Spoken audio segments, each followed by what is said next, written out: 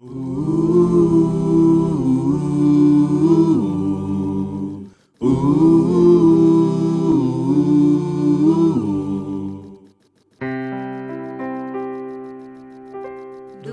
teu falar,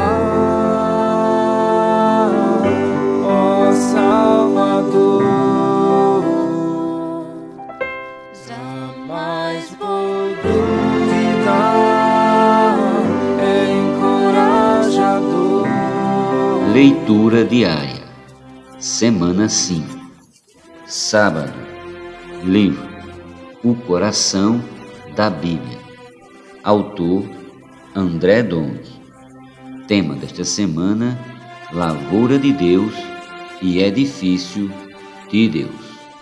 O Deus triuno, o único material para a edificação da igreja. O Deus triuno é um rio que flui, produzindo vida e edificação para a igreja. Leamos: E saía um rio do Éden para regar o jardim, e dali se dividia, repartindo-se em 4 braços.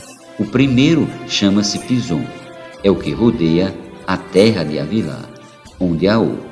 O ouro dessa terra é bom. Também se encontram lá o bidélio e a pedra de ônix. Gênesis capítulo 2, versículos do 10 ao 12. Esse rio teve origem no jardim do Éden, e seu destino é a Nova Jerusalém. Apocalipse 22, 1. A terra por onde o rio passa possui 3 materiais: o ouro, o bidélio e a pedra de ônix. O ouro representa a obra do Pai. O bidélio, a forma vegetal da pérola, é uma resina que sai de uma árvore. Hoje ele é a prata, que representa a obra do Filho. E na Nova Jerusalém será a pérola. A pedra de ônix representa a obra do Espírito Santo. Esses ricos materiais estão nesse maravilhoso rio, e por onde ele passar, tudo viverá. Ezequiel 47, 9. O livro de Ezequiel mostra que à medida que temos experiências com os materiais desse rio, somos restringidos. Leamos: Saiu aquele homem para o oriente, tendo na mão um cordel de medir. Mediu 1000 côvados e me fez passar pelas águas. Águas que me davam pelos tornozelos. Mediu mais 1000 e me fez passar pelas águas. Águas que me davam pelos joelhos. Mediu mais 1000 e me fez passar pelas águas. Águas que me davam pelos lombos.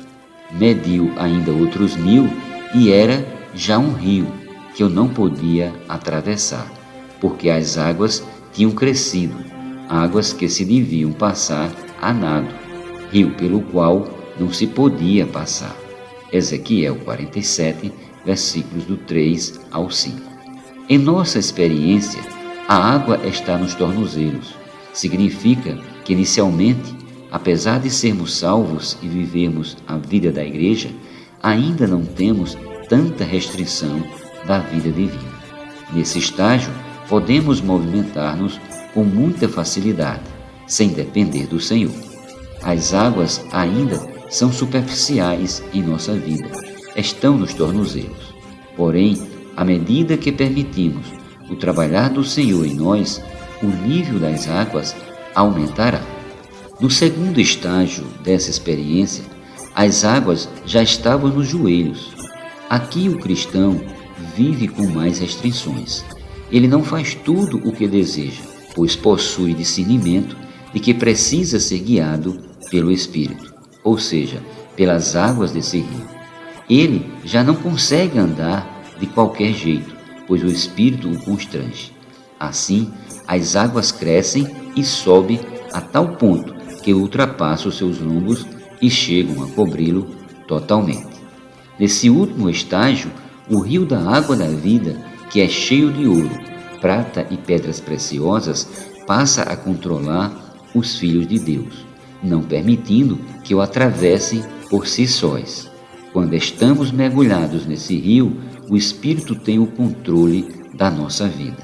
Nossas forças naturais foram vencidas pela força desse rio maravilhoso. Assim passamos a ser conduzidos pelo Espírito e nossas atitudes irão expressar os seus frutos.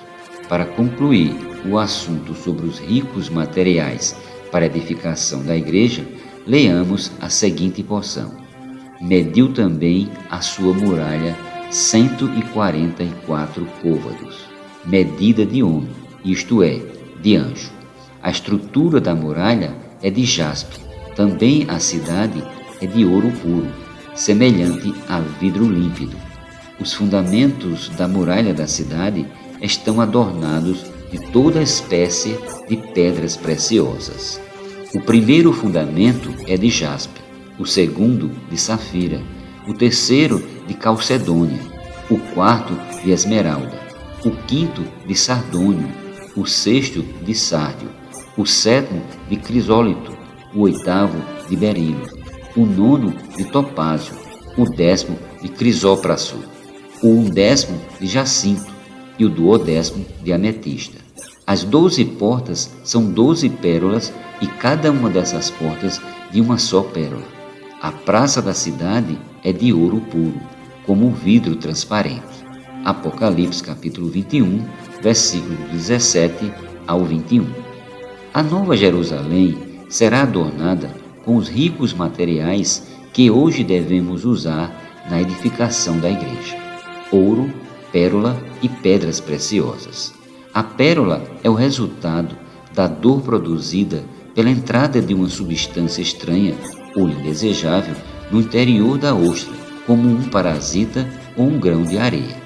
A parte interna da concha de uma ostra contém uma substância lustrosa, chamada nácar. Quando um grão de areia penetra, as células do nácar começam a trabalhar, cobrindo o grão de areia com camadas e camadas para proteger o corpo indefeso da ostra. Como resultado, uma linda pérola é formada. Assim, uma ostra que não foi ferida, de modo algum, produzirá pérolas, pois a pérola é uma ferida cicatrizada. Graças ao Senhor, o viver da igreja, que representa uma grande ostra, é o único ambiente capaz de produzir pérolas para Deus. Sim, estamos em um processo de transformação em que, na maior parte do tempo, assim como na formação de uma pérola, as dores causadas pelas feridas são inevitáveis. Porém, estamos sendo preparados para reinar com Cristo por 1000 anos.